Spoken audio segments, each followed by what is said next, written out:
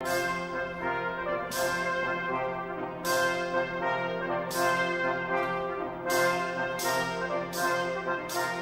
España existió durante siglos, hasta el siglo XX, una llamada así poesía de cordel y literatura de cordel, en la cual se especializaron los ciegos. Los ciegos eran los que vendían esto, muchas veces colgando estos materiales, en su mayoría ni siquiera eran libros, sino más bien pliegos sueltos, o sea, cuadernitos sin encuadernar, de 8 páginas, ¿no? Con un solo pliego se podía doblar y hacer 8 páginas, pero también un pequeño libro con 4 pliegos, por ejemplo, ¿no? También de carácter efímero, es lo que se llama la literatura vulgar, ¿sí? Esta carecía de todo prestigio, no se conservó en la media de acá, en México prácticamente nada de esto existe. En España hay grandes colecciones de pliegos de cordel, ¿no? Que algunos se dedicaron a coleccionar porque era una literatura muy despreciada. De hecho, el principal, el libro que por primera vez hizo que se reconociera esta literatura, la existencia de ella, fue un gran libro de un antropólogo español que se llama Julio Caro Baroja, publicado me parece en 1967, o si no fue en 69, no, me confundo un poco, que se llama Ensayo sobre la literatura de cordel.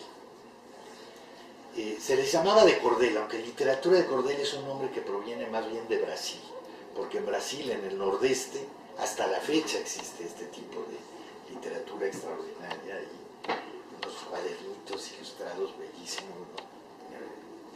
Que serán lo más parecido a cómics baratos, no como los nuevos. Y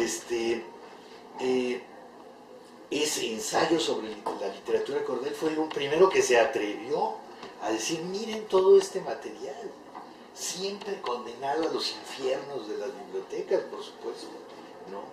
En su mayoría compuesto por piezas religiosas y la otra mitad, digamos, por piezas criminales, ¿no?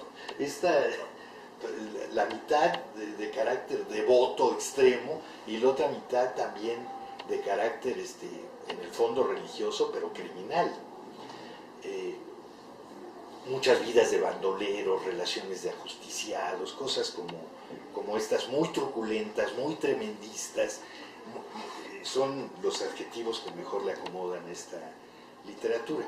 En fin, bueno, pues en el siglo XVI gran parte de lo que hoy ya reconocemos como los libros de caballerías circularon de esa manera. Entonces no tienen el prestigio que hoy tienen los libros de los caballeros andantes, ¿no? Todo lo contrario. Es más, ni siquiera eran las principales obras, salvo casos como el de Amadís, que ese sí circuló mucho. En los pliegos de cordel eran libros muy breves, en su mayoría traducciones de ciclos franceses o ingleses. Muchas traducciones del francés que los ciegos traían del extranjero y vendían por las calles. Entonces, cuando vemos los catálogos que hace Irving Leonard, nos damos cuenta que la mayoría de esos libritos eran de ese tipo, ¿sí? Es más, vemos que la mayoría de los paquetes que él mismo describe ni siquiera eran libritos. Dice, y 8 cajas de romances.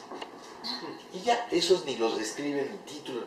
Ya sabemos que esos romances eran muy probablemente estos romances los romances que luego se van a llamar vulgares, los romances que se llamaban en esa época vulgares, ese es el nombre que le pusieron los académicos, los eruditos, la gente culta, ¿no?